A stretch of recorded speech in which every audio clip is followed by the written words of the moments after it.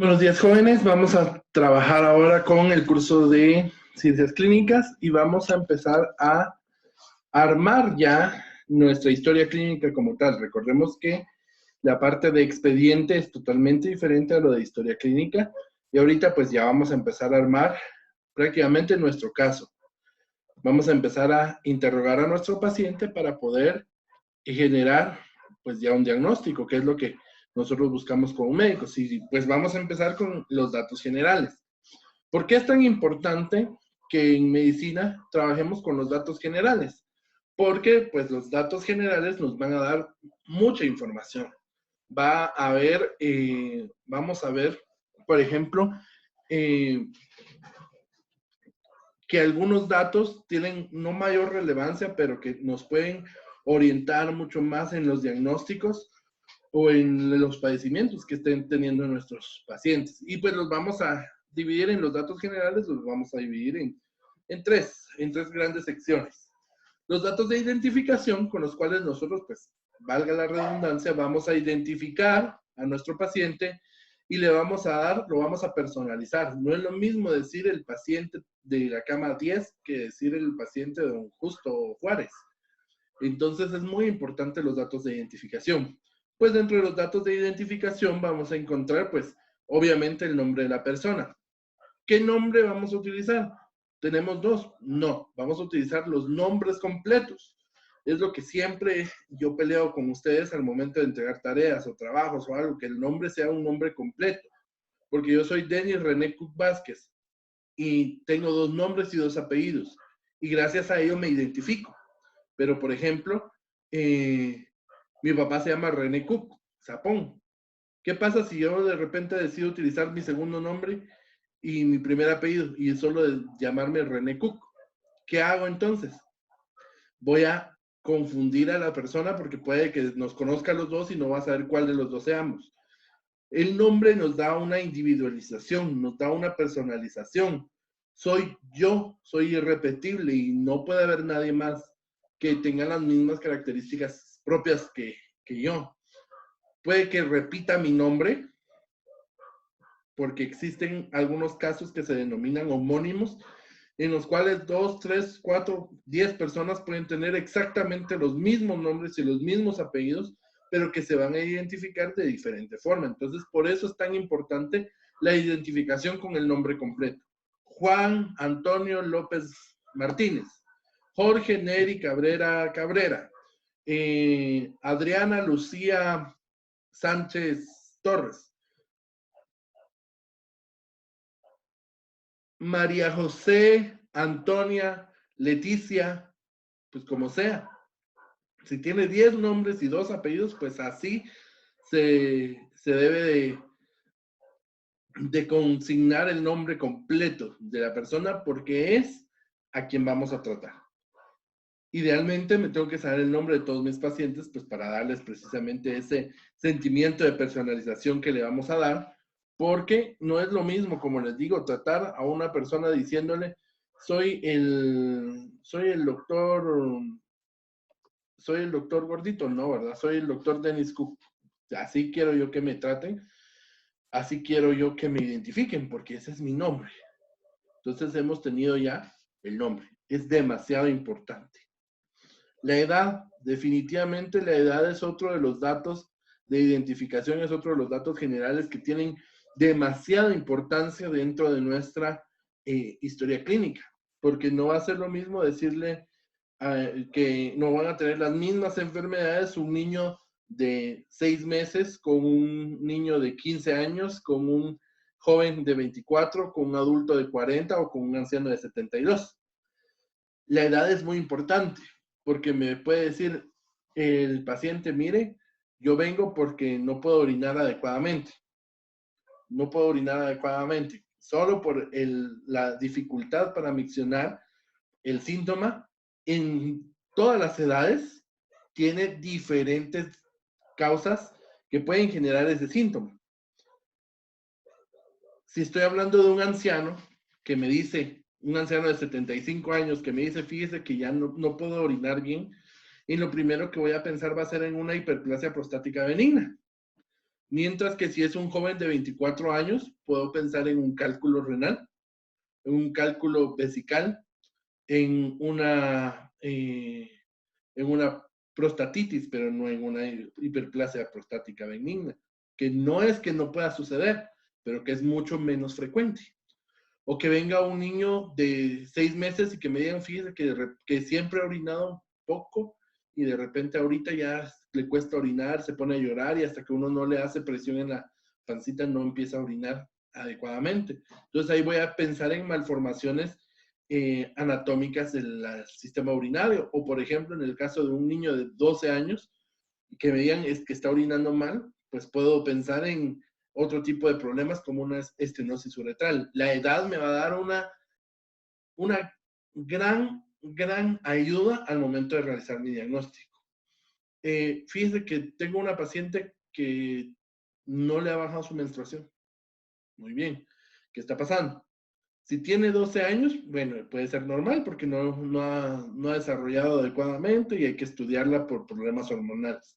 Si es una señorita de 25 años, pues hay que ver, ha tenido relaciones sexuales, su vida sexual es activa, para que podamos nosotros considerar que puede ser una, una, un embarazo, o que incluso pudiéramos hablar de un síndrome ovario poliquístico o una ¿cómo se llama esto? Una criptorragia, que es un problema clínico muy poco frecuente, pero que podría ser por la edad de la paciente, o que sea una paciente de 35 años con un retraso menstrual de 3 meses y que podamos pensar en una menopausia temprana, o que sea una paciente de 55 años que estemos hablando de una disfunción uterina ya instaurada después de una menopausia. O sea, ahí nos va a dar muchos datos la edad. Es demasiado importante, es muy, muy importante. Por ejemplo, no es lo mismo que le dé varicela, estamos hablando de una misma enfermedad, no es lo mismo que le dé varicela a un niño de 5 años a que le dé a un adulto de 70. Es mucho más grave, tiene muchas más consecuencias y va a tener muchas más lesiones a nivel neuronal debido a la agresividad que tiene el virus en las edades. Siguiente dato de identificación, el sexo. Obviamente es muy importante conocer el sexo de nuestro paciente para que nosotros pues podamos determinar en algún momento las enfermedades propias. Por ejemplo, llega un paciente y me dice, fíjese que tengo mucha hambre, tengo mucha sed y he estado ganando peso. Si es un hombre, ¿puedo pensar en diabetes? Sí. ¿Puedo pensar en un problema tiroideo? Sí. Pero si es una mujer, lo más seguro es que yo vaya a pensar primero en la diabetes antes de un problema tiroideo. ¿Por qué? Porque es mucho más frecuente la diabetes y la hipertensión arterial y algunos problemas metabólicos en las mujeres que en los hombres. O por ejemplo, que me llegue una persona que me diga, fíjese que estoy teniendo problemas para respirar y soy fumador y es hombre. Es mucho más frecuente que tenga cáncer de pulmón a comparación de una mujer. Solo por el sexo es muy fácil discriminar las enfermedades que pueden padecer. Es demasiado importante pues conocer el sexo porque a modo de anécdota, parece chiste, pero es anécdota.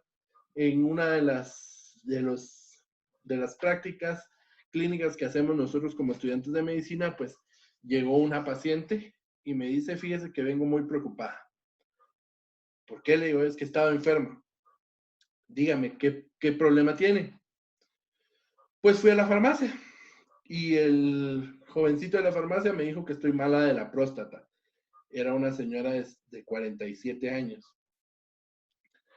Por supuesto, hice lo más posible por contener la risa, porque un problema de próstata es de hombre, no es nunca de mujer. Entonces, definitivamente estamos perdidos en algún momento. Entonces, el sexo es demasiado importante. Voy a hacer una pausa acá. En la, en la, mm, en la identificación del sexo, pues Hay muchas situaciones que se dan hoy en día, pero vamos a hablar del sexo en cuanto a lo biológico. No estamos hablando de identidad sexual.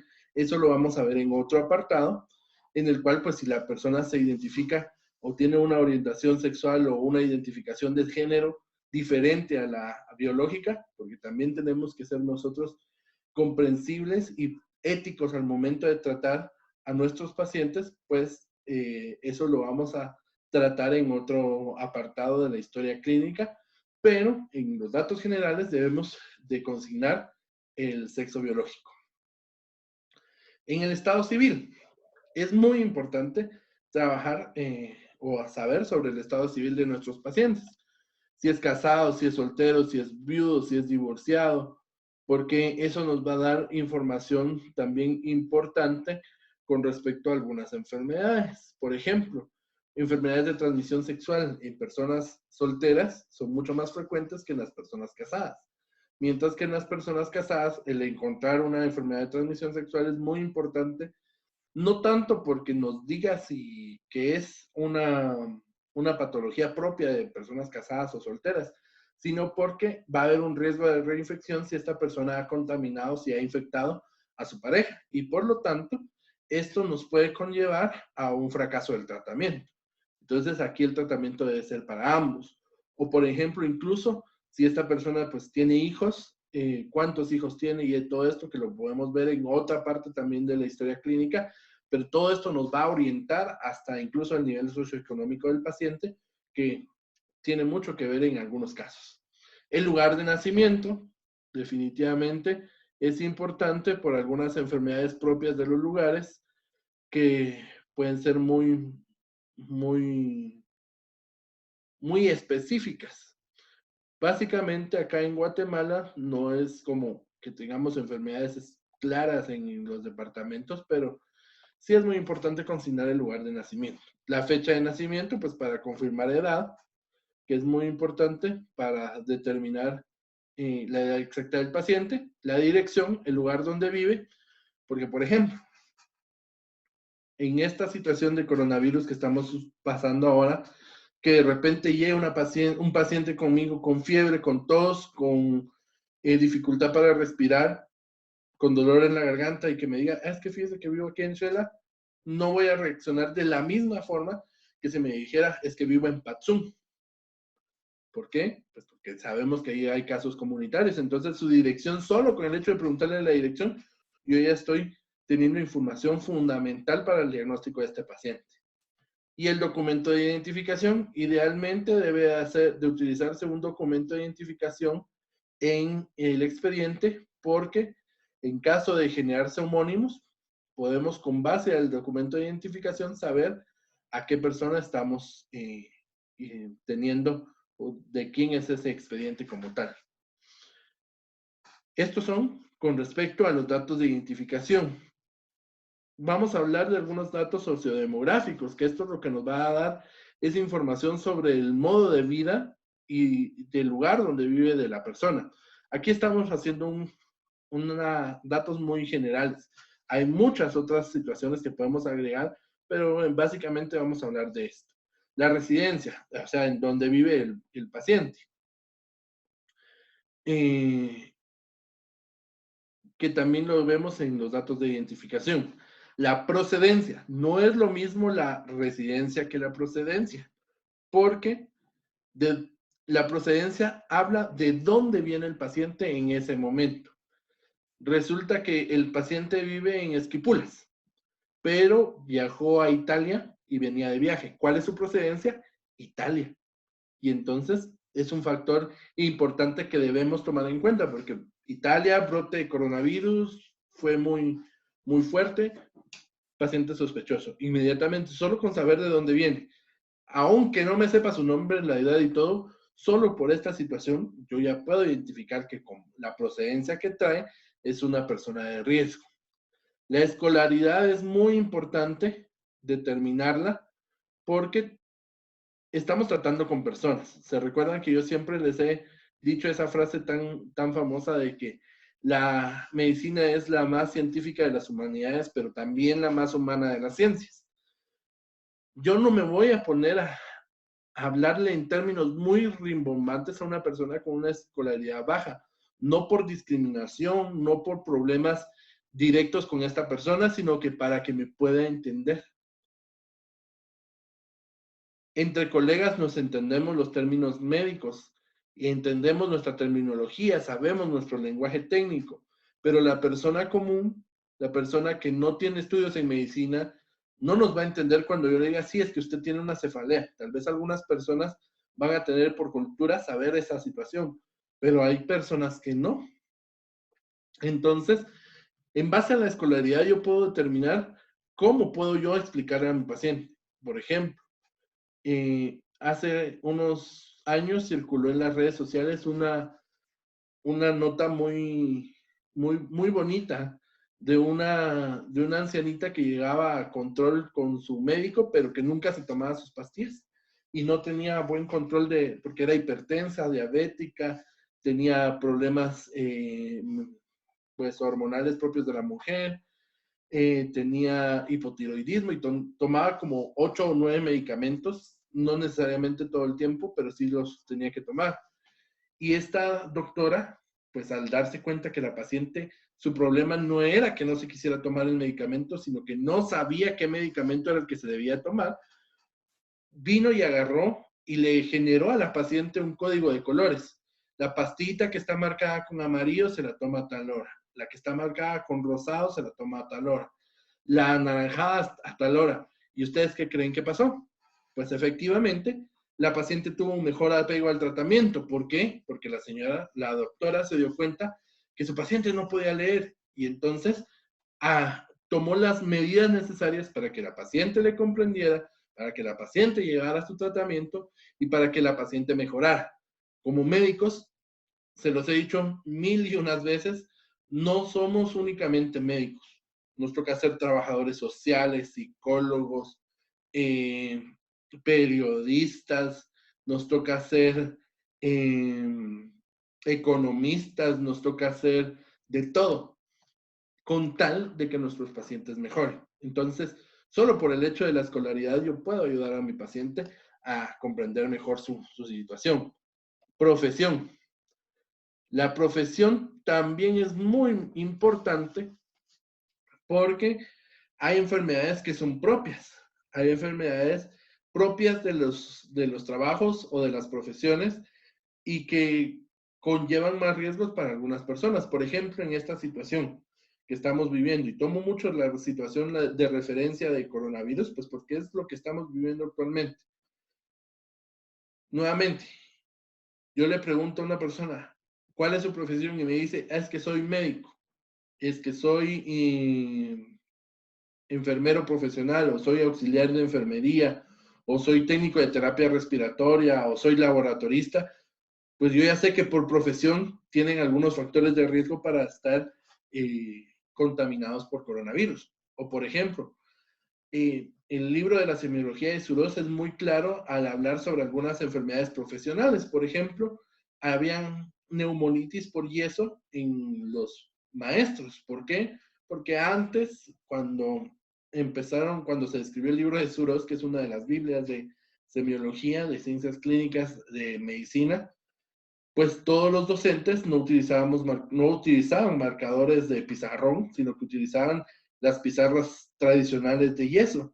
Y el yeso, a la hora de utilizarse, genera un polvo, una arenilla. Esa arenilla se va para los pulmones y generan enfermedad. O por ejemplo, aquellas personas que trabajan con químicos tienden a tener más enfermedades relacionadas con irritaciones químicas o como efecto secundario de la exposición a esos químicos. Entonces, es muy importante. Por ejemplo, en medicina, se dice que la mayoría de las mujeres que ejercen con la especialidad de anestesiología, al momento de quedar embarazadas, tienen que tener mucho cuidado porque los anestésicos inhalados tienen como efecto secundario el provocar abortos espontáneos. Entonces ahí tenemos datos importantes con respecto a la profesión. El tipo de trabajo que realiza, porque por ejemplo en el caso mío, yo soy médico y cirujano y es cierto que ejerzo la medicina, pero por ejemplo, trabajo como docente. Entonces, mi profesión puede ser una, pero el trabajo que realizo ser otra. Conozco a unos médicos que son médicos, uno es médico general, el otro es ginecólogo, y no ejerce, sino que se dedica al comercio. Entonces, su profesión es médico y cirujano, pero el tipo de trabajo que realiza, o su actividad comercial, o su actividad económica, es comerciante. Es muy importante, ¿no? Porque entonces no va a estar expuesto a los riesgos laborales propios del médico, aunque tenga la profesión. Y la religión. Recordemos que la religión tiene algunas limitaciones con respecto a los protocolos terapéuticos. Si alguien aquí pues profesa cualquier tipo de creencia, no hay ningún problema con el buscar ayuda médica, pero sí hay algunas limitaciones, como por ejemplo, hay religiones que no aceptan la transfusión sanguínea, hay religiones que no aceptan las cirugías por motivo de creencia, entonces yo debo de saber eso, pero no solamente por las limitaciones terapéuticas, sino que también puede ser por las costumbres o las prácticas religiosas que se realizan. Por ejemplo, el no consumir algún tipo de alimento que puede generar alguna vitaminosis, o por ejemplo, hay algunas religiones que tienen como base una dieta vegana y que por lo tanto puede generar algunas pérdidas proteicas importantes y generar algunas enfermedades. Entonces, estas situaciones deben ser consideradas en la situación de religión. Y nosotros como médicos debemos estar familiarizados con estas situaciones. Y finalmente, con los datos del médico, debe consignarse el nombre completo del médico y la fecha y la hora de la evaluación al momento de realizarse esta historia clínica. ¿Por qué? Efectivamente, debe de hacerse porque los datos que yo recoja en esta historia clínica son responsabilidad del médico que está elaborándola. Si algún dato no se recoge o por alguna situación pues hay algo que falta, el responsable va a ser el médico que haya hecho dicha evaluación. Después de esto, de haber tomado datos generales, nosotros deberíamos de tomar el motivo de consulta. Después del motivo de consulta, pues pasamos a una parte muy importante, la historia de la enfermedad actual. ¿Qué es la historia de la enfermedad actual? Pues bueno, lo vamos a abreviar como HEA, historia de la enfermedad actual. Vamos a ver que es un relato detallado de la enfermedad que el paciente está teniendo ahorita. Se va a escribir con los datos que el paciente o su encargado, en el caso de los niños, nos cuenten, nos brinden. Y para redactarlo se utiliza un lenguaje coloquial que va a ser un lenguaje común, un lenguaje no técnico, porque es como el paciente me está brindando esa información, cuáles son los síntomas que tiene el paciente. Entonces, en esta historia de la enfermedad actual, yo voy a hacer ese relato que el paciente me va a brindar mucha información y yo debo discriminar esa información, utilizarla para construir de una forma lógica y detallada la historia de cómo se está desarrollando esta enfermedad. ¿Qué elementos incluye la historia de la enfermedad actual?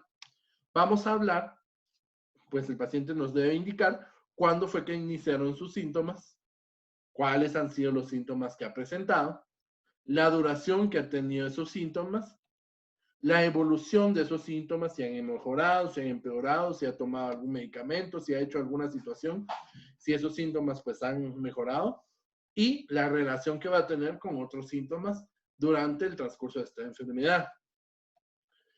La historia de la enfermedad actual, al momento de construirse, debe de tener estas características. Debe ser ordenada cronológicamente. El paciente cuando me empieza a relatar, en algún momento, puede agarrar la historia en un punto, seguirla, aquí cortarla y regresar y volver a iniciar, o atrasarse, adelantarse, y mi responsabilidad es estar atento a cómo se está realizando esa cronología de los eventos y ordenarla. El orden del aparecimiento de los síntomas también es muy importante al momento de hacer un diagnóstico. Debe ser coherente. Mi historia, la historia que me está contando el paciente, yo debo de saber si eso es coherente en el transcurso de la enfermedad.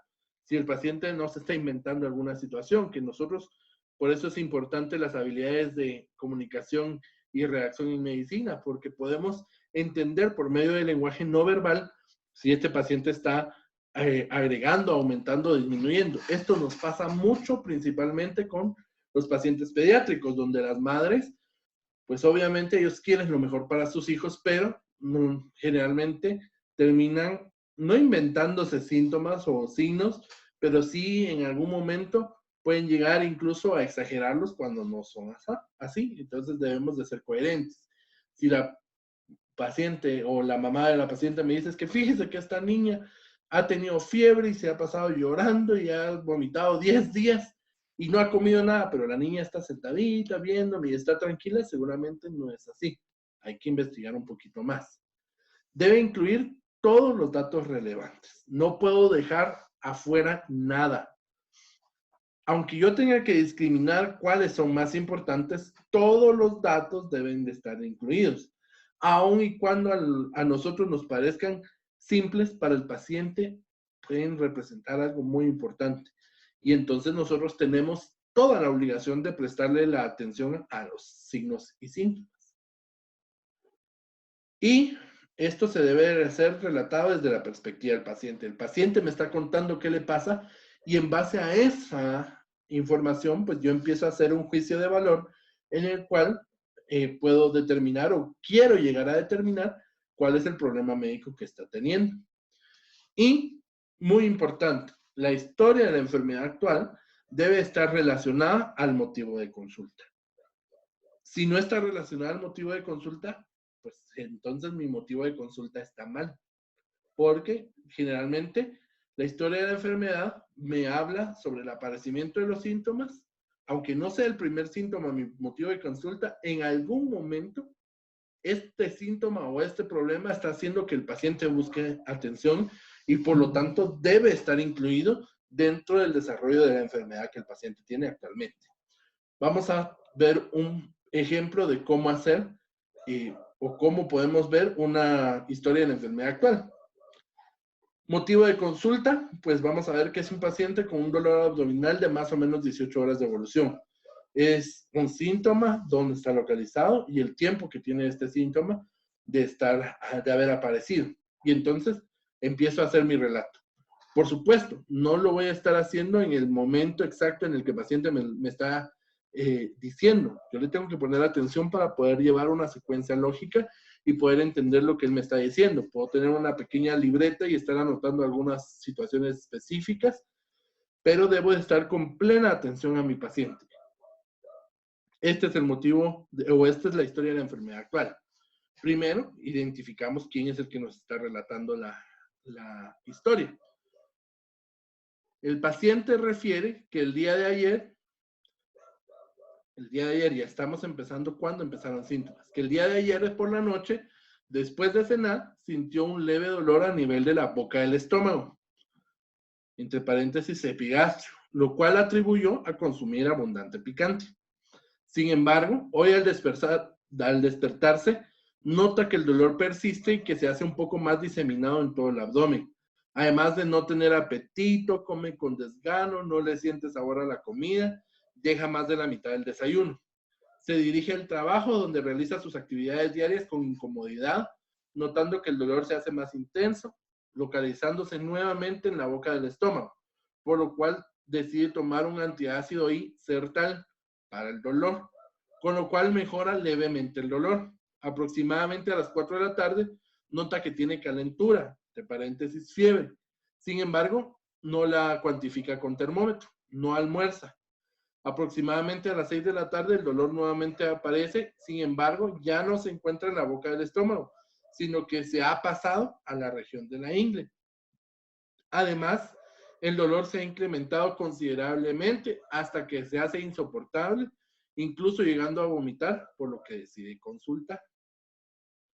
Perlas de conocimiento muy importantes. Se puede hacer un interrogatorio dirigido para obtener la mayor cantidad de datos. En algún momento Mi paciente, mientras me va relatando la historia, yo le puedo ir diciendo, mire, y tuvo esto, tuvo lo otro, porque a veces los pacientes, hay cosas que a los pacientes les parecen tan importantes que no tienen significancia clínica, pero hay datos que para ellos parecieran tan insignificantes, pero que son demasiado importantes para nosotros como médicos. Entonces, yo ya empiezo a ver mi historia, empiezo ya me están detallando algunos síntomas y estoy empezando yo a detectar algunas partes que me van a ser muy importantes para llegar a mi diagnóstico. Ya empiezo a tener un diagnóstico en mente y en base a ese diagnóstico puedo empezar a hacer algunas preguntas.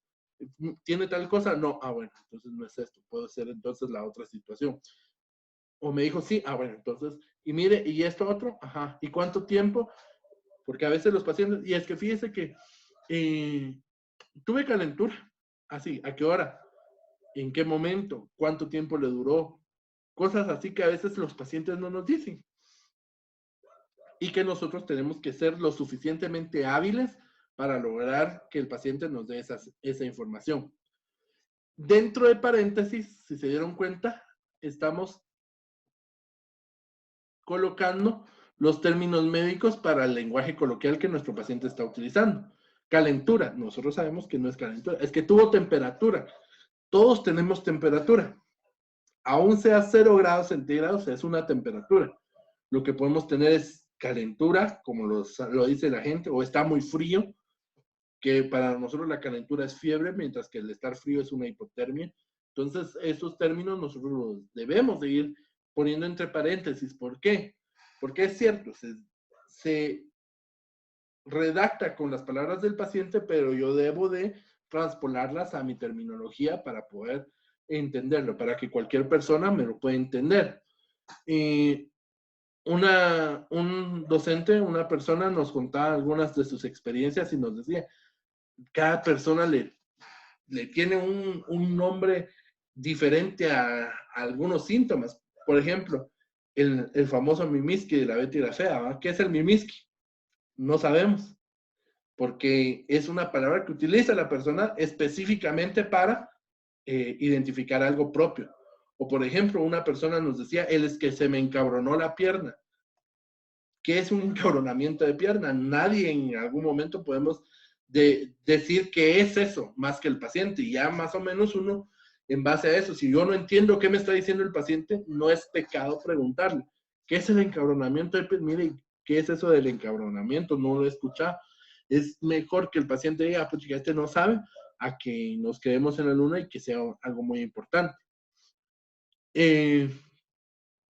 Utilizamos esa palabra, es que el paciente refiere que se le encabronó la pierna. Entre paréntesis, calambre, por ejemplo, dependiendo de los datos que el paciente nos esté dando después. El interrogatorio y todas estas situaciones de las preguntas, de cómo el paciente me está explicando qué le está pasando, solo esta pequeña parte, yo ni siquiera he tocado al paciente, no lo he evaluado, solo lo estoy escuchando, solo lo estoy viendo, solo estoy generando la historia de cómo es que se ha puesto enfermo y cómo han aparecido los síntomas. Solo con esa información yo puedo tener más o menos un 70% del diagnóstico.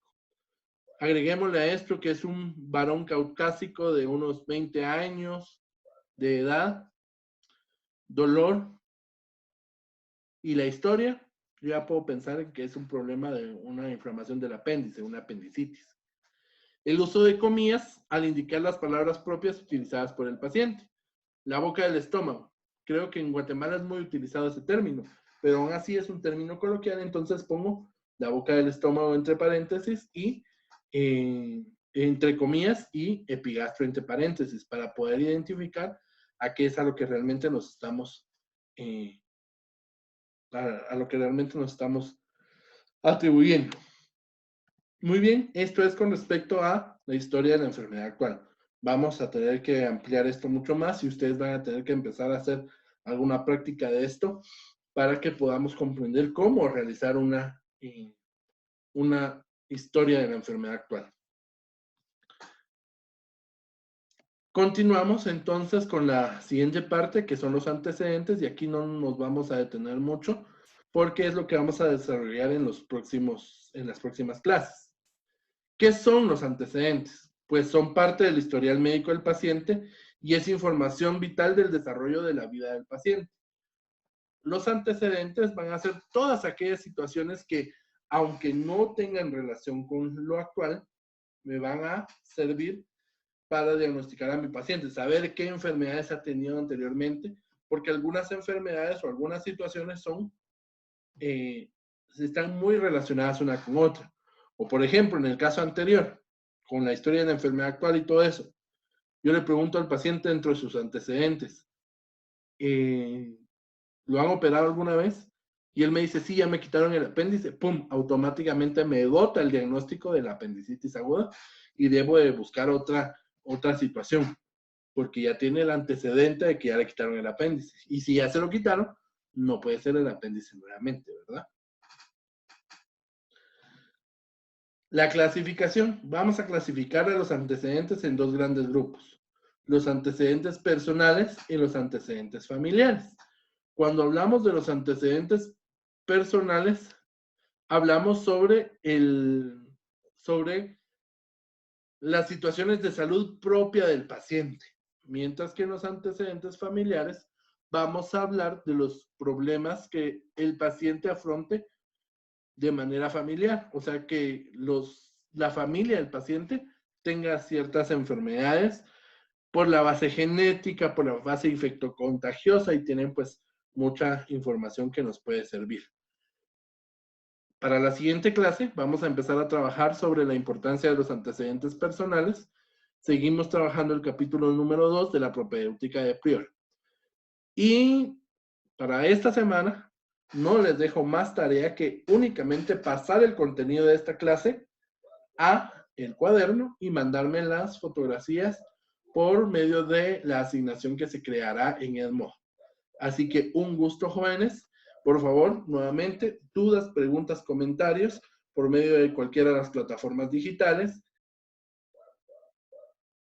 WhatsApp, Messenger, Edmodo o Control Total, para poder hacerme llegar sus dudas e inquietudes y con mucho gusto se las estaré resolviendo. He recibido varias dudas, varias preguntas y pues creo que las hemos resuelto adecuadamente, así que espero que en algún momento pues pueda resolverles sus dudas y ampliarles más el tema si fuera necesario para que ustedes tengan el conocimiento lo mejor posible. Así que Dios les bendiga, quédense en casa, por favor.